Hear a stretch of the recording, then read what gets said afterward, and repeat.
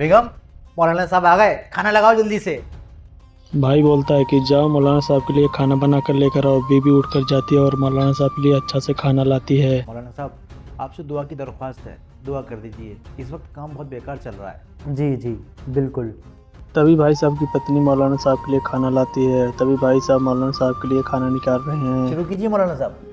मौलाना साहब खाना को खाने लगते हैं और बीबी क्या कहती है, सुनिए, ज़रा मुझे अपना पर्स दीजिए। भाई अपना पर्स अपने वाइफ को दे देता है। तभी वाइफ उसमें से 100 रुपये निकालती है और बोलती है, ये लो 100 रुपये, इस 100 रुपये को हाफिज जी को दे देना। उसके बाद क्या होता है, ये 100 रुपये जाते वक्त मौलाना साहब को दे देना।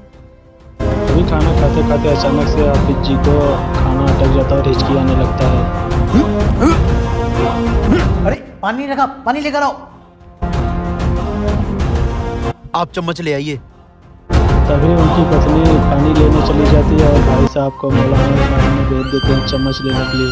जैसे वो लोग जाते, मौलाना साहब पर्स को उठाते हैं और उसमें से कुछ पैसे निकाल कर वो पैसे को अपनी जेब में रख लेते हैं। उसके बाद सब अपना कपड़ा वपड़ा सही करते हैं और आराम से बैठ जाते हैं, पानी का इंतज़ार करते हैं। लीजिए पानी लीजिए।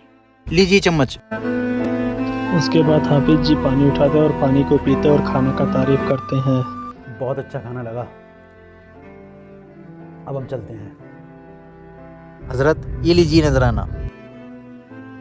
हाफिज जी वहाँ से जाने लगते, तभी भाई नजराना देता है 100 रुपये। वहाँ से हाफिज जी चले जाते हैं।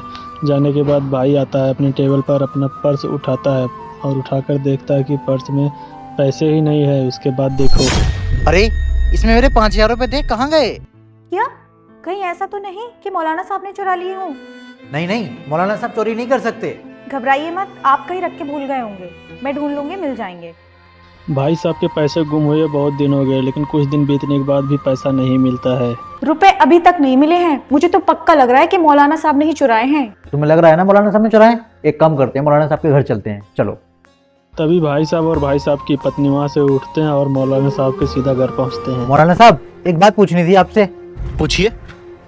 मौलाना साहब, उस दिन आप हमारे घर आए थे तो हमारे 5000 रुपए तो नहीं लिए हैं आपने? मिल नहीं रहे हैं। हाँ, तुम्हारे 5000 रुपये मैंने ही लिए थे तुम्हारी आजमाइश के लिए।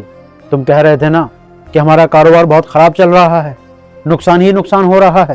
तुम्हारे वो 5000 रुपये लेकर मैंने तुम्हारे घर की जानमाज में रख दिए थे। आज 7 दिन हो गए हैं।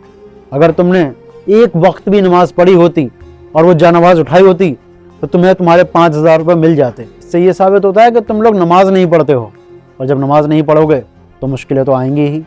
गुजारिश है आप लोग कृपया नमाज पढ़ें।